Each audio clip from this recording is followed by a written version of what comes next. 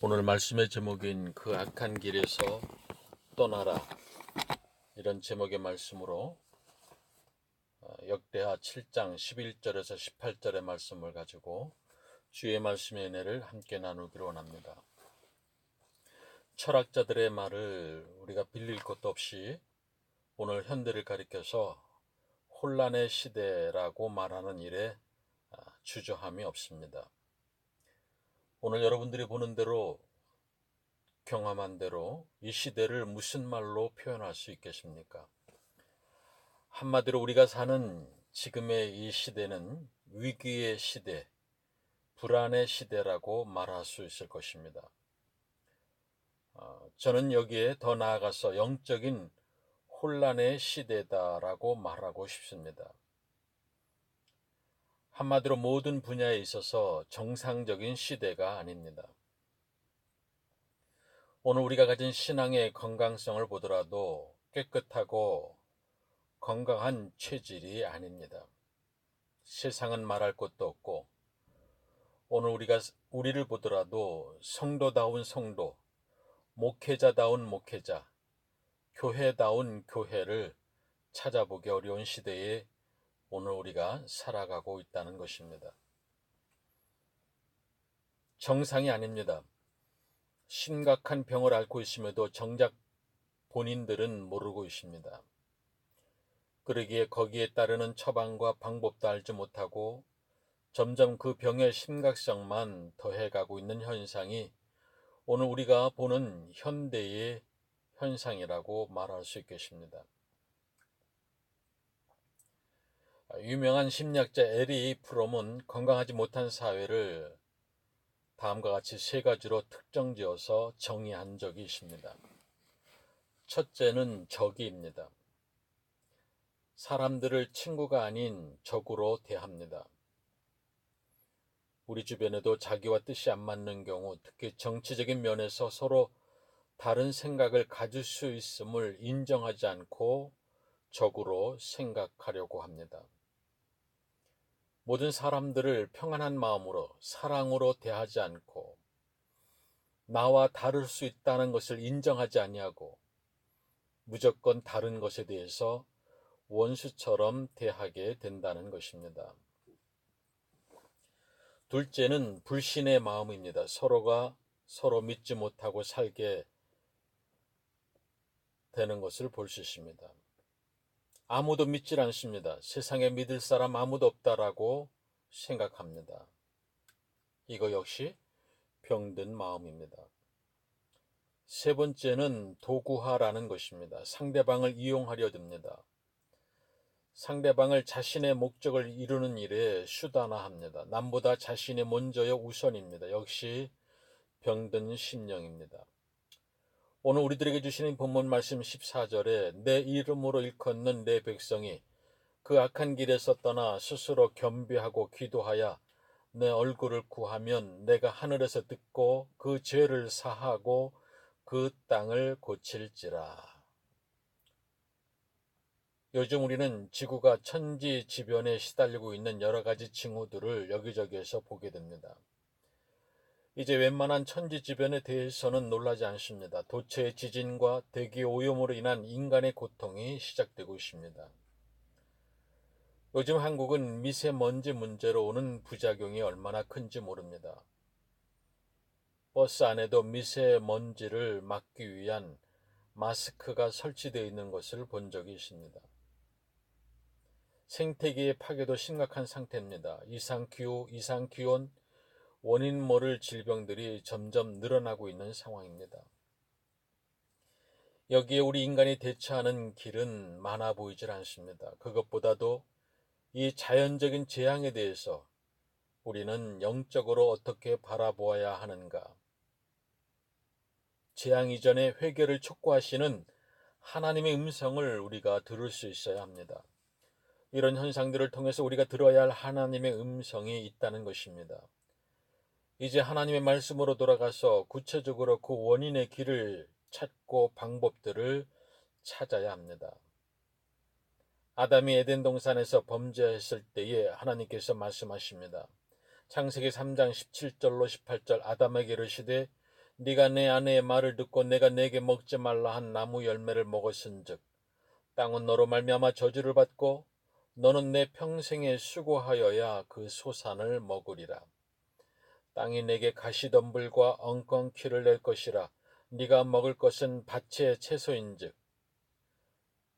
창세기 4장 11절로 12절에 땅이 그 입을 벌려 내 손에서부터 내 아우의 피를 받았은즉 네가 땅에서 저주를 받으리니 네가 밭을 갈아도 땅이 다시는 그 효력을 내게 주지 아니할 것이요.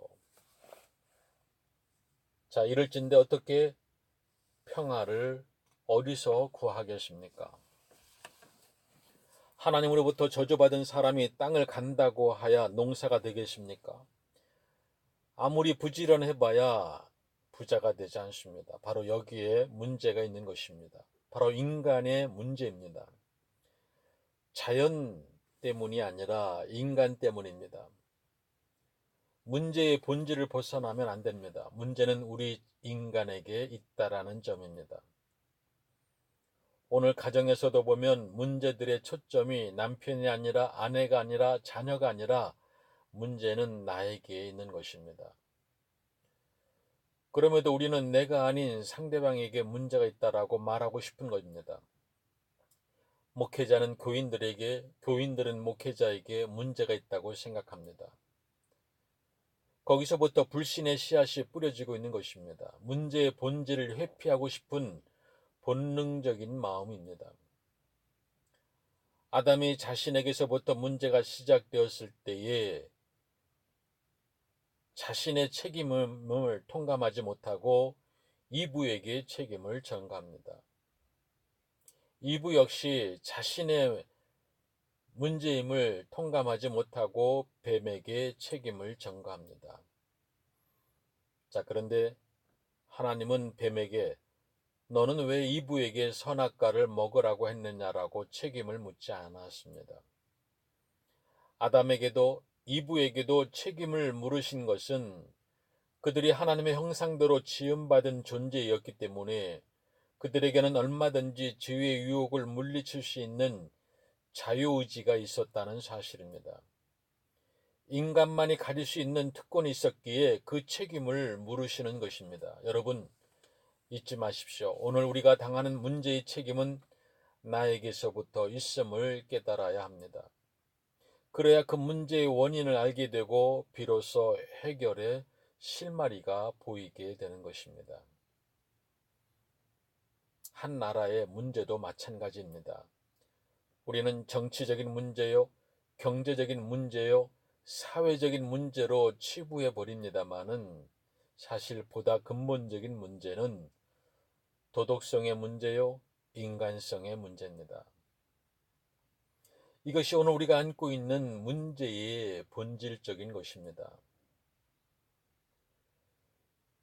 인간은 몸과 정신과 영으로 창조된 존재입니다. 영은 하나님의 지배를 받고 정신은 영의 지배를 받으며 몸은 정신의 지배를 받습니다.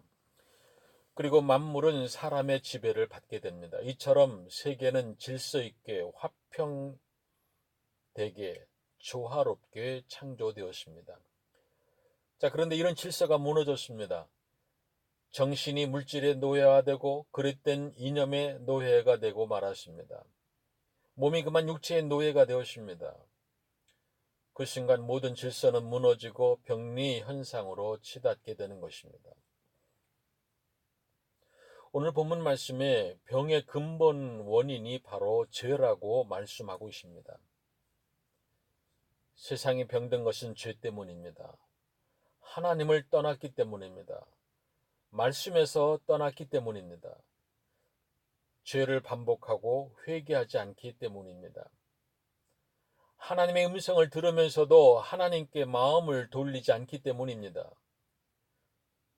더 나아가 죄를 변명하고 죄를 정당화합니다. 책임을 다른 사람에게 전가하고 오늘 나의 불행이 다른 사람 때문이라고 생각합니다. 내 가난이 다른 사람 때문이라고 생각합니다. 내 실패의 원인이 다른 이에게 책임이 있다라고 생각합니다. 자기의 죄까지도 다른 사람 때문이라고 원망합니다. 내가 그 사람을 만나지 않았더라면 좋았을걸. 이처럼 자신의 책임을 전가하고 원인마저 부정합니다. 여러분, 가장 무서운 죄는 바로 교만한 죄입니다. 오늘을 살아가는 현대인의 죄는 대체로 몇 가지로 정의해 볼 수 있습니다. 첫째로 지적 교만입니다. 가학주의라고 하는 우상이 현대인의 마음속에 있어서 무서운 죄를 짓게 합니다. 둘째는 권력적 교만입니다. 권력이면 모든 것이 다 가능한 줄로 믿습니다. 그래서 하면 된다라고 말합니다만은 해도 안 되는 것이 있음을 알아야 합니다. 또한 도덕적 교만이 있습니다. 권력으로 위장해놓고 가장 정당화하고 가장 애국적이며 정의 편에 있다라고 주장합니다. 자신들만이 옳다고 착각합니다. 이처럼 스스로를 정당화하고 자신들만이 가장 옳은 것으로 주장하는 도덕적 교만이 있습니다. 마지막으로 종교적 교만이 있습니다. 하나님을 부인합니다. 그 결과는 인간은 병들고 인간성이 상실되어 모든 관계가 파괴되며 망해져 가는 것을 우리는 수많은 역사 속에서 볼 수 있었습니다. 그래서 신학자들은 말하기를 하나님을 부인하는 순간 인간 존재도 함께 부인되었다라고 했습니다.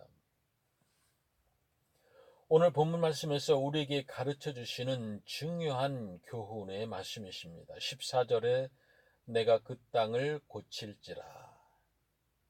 자, 여기에는 네 가지의 전제 조건이 있습니다. 네 가지를 회개하라고 말씀합니다. 첫째로 겸비하라. 즉 겸손하라는 뜻입니다. 자기를 스스로 낮출 때에 비로소 진실을 알게 됩니다. 반면에 교만한 자는 자기를 높임으로 결국 진실을 잊어버리게 됩니다. 어리석음을 낳습니다. 오직 겸비한 자만이 지혜롭게 되고 모든 책임을 스스로 질 줄 압니다. 모든 것이 다 나 때문이며 내 죄의 결과이며 내 잘못이라고 시인하게 되는 것에 주저하지 않습니다. 어떤 비난에도 그대로 수용합니다. 역경 속에서도 비굴해하지 않습니다. 이것이 바로 겸손입니다. 겸손할 때에만 자기를 직시하게 되는 것입니다. 우리는 지난날 너무나 교만했음을 회개해야 합니다. 사회적으로, 국가적으로, 교회적으로 너무나 교만했습니다. 우리 스스로가 잘나서 능력이 있어서 마치 여기까지 올 수 있었던 것처럼 얼마나 떠벌리고 교만했습니까? 자기 자랑에 빠져서 헤어나올 줄을 몰랐었습니다. 모르면서도 아는 것처럼, 없으면서도 있는 것처럼, 되어지지 않은 것도 되어진 것처럼, 약한 부분을 보이기 싫어서 강한 자인 것처럼, 그래서 속으로 깊이 병들어가고 있는 것도 모를 만큼 교만의 늪에 빠졌던 것입니다. 이제 우리 스스로 겸비해야 할 때입니다. 스스로 낮추라. 하나님의 음성이 들릴 만큼 모든 문제에서 진실을 깨달을 수 있을 만큼 스스로 겸비해야 할 때입니다. 다른 사람 탓할 것 없습니다. 오직 나 스스로가 돌아보는 가운데에 낮아지는 그런 겸비의 마음을 가져야 합니다. 두 번째는 기도하라고 말씀합니다. 더는 자기 주장을 내세우지 말고 하나님께 나아가 하나님의 뜻을 물어야 합니다. 기도는 하나님께로 나와서 하나님의 뜻을 묻는 것입니다. 주님, 제가 주님의 뜻을 알기 원합니다. 저희에게 말씀하여 주옵소서. 라고 기도드릴 수 있어야 합니다. 그런데 우리는 어떻습니까? 어린아이가 엄마에게 보채는 것처럼 자신의 이야기만 말하려고 합니다. 듣는 마음이 아니라 쏟아내는 하소연하듯이 자기 말만 하려고 합니다. 여러분, 그것은 기도가 아닙니다. 독백입니다. 기도는 주님의 음성을 듣는 시간입니다. 기도하지 않는 죄만큼 큰 죄가 없다라고 성경은 말씀합니다. 겸손하게 무릎 꿇고서 진실되게 기도의 시간을 가져나가야 합니다. 셋째는 내 얼굴을 구하라고 말씀하십니다. 마치 어린아이가 엄마의 얼굴을 올려다 보는 것처럼 이제 위를 쳐다보아야 합니다. 하나님의 자비와 하나님의 긍휼, 하나님의 은혜를 구하는 간절한 눈으로 하나님을 올려다 보아야 합니다. 하나님의 얼굴을 구하는 마음, 하나님의 긍휼만을 간절히 기다리는 마음으로 돌아가야 합니다. 하나님의 기쁜 뜻에 오직 관심을 둘 것입니다. 넷째로 악한 길에서 떠나라 라고 말씀합니다. 이것은 회개의 결단을 의미합니다. 회개의 열매 맺음을 의미하는 것입니다. 자고로 삶의 자세를 고쳐야 합니다. 여러분, 우리가 어떤 일에 함에 있어서 노력도 중요하고 열심도 좋습니다. 어떤 목적을 이루어감에 있어서 실력도 중요하고 좋은 결실을 맺는 것도 중요합니다만은 그것만 가지고는 안 됩니다. 하나님께서 먼저 긍휼히 여겨주시는 바가 있어야 합니다. 그렇게 되기 위해서는 먼저 내 안에 있는 죄를 살펴야 합니다. 오늘 본문 말씀 14절에 내 이름으로 일컫는 내 백성이 그들의 악한 길에서 떠나 스스로 낮추고 기도하여 내 얼굴을 찾으면 내가 하늘에서 듣고 그들의 죄를 사하고 그들의 땅을 고칠지라. 그런가 하면 에스겔 18장 21절에 그러나 악인이 만일 그가 행한 모든 죄에서 돌이켜 떠나 내 모든 율례를 지키고 정의와 공의를 행하면 반드시 살고 죽지 아니할 것이라. 주 여호와의 말씀이니라. 지난날의 죄가 많지만은 이제 회개하면 그 지은 죄가 하나도 기억되지 아니하리라.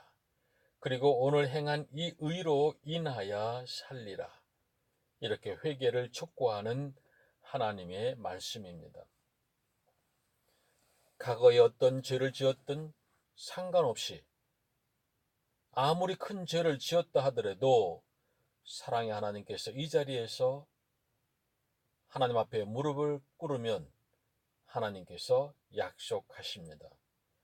그 죄를 사하고 그 땅을 고칠지라. 문제의 원인은 죄에 있고 불행은 교만에서 비롯되는 것임을 알아야 합니다.